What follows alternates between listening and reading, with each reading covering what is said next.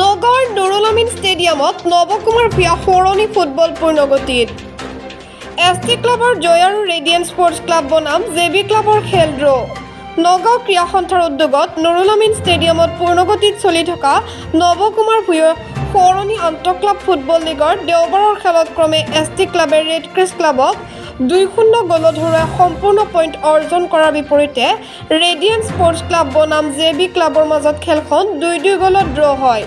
ইয়াৰে প্ৰথমখন খেলত এছটি ক্লাবৰ হৈ গিৰীন্দ্ৰ হানছেয়ে গ'ল দুটা দিয়ে। এই খেলখন পৰিচালনা কৰা ৰেফাৰী অভিজিত ৰংহাঙক সহায় কৰে কৃষ্ণকান্ত দাস, ৰয়েল ইছলাম আৰু পাৰ্থজ্যোতি দাসে।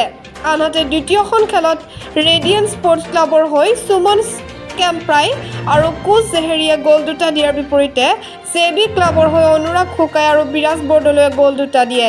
এই খেলখন পৰিচালনা কৰাত ৰেফাৰী শ্বাহজাহান আলী চৌধুৰীক সহায় কৰে পবিত্ৰ বৰা, কল্যাণ বৰুৱা আৰু ৰাজীৱ তাঁতীয়ে।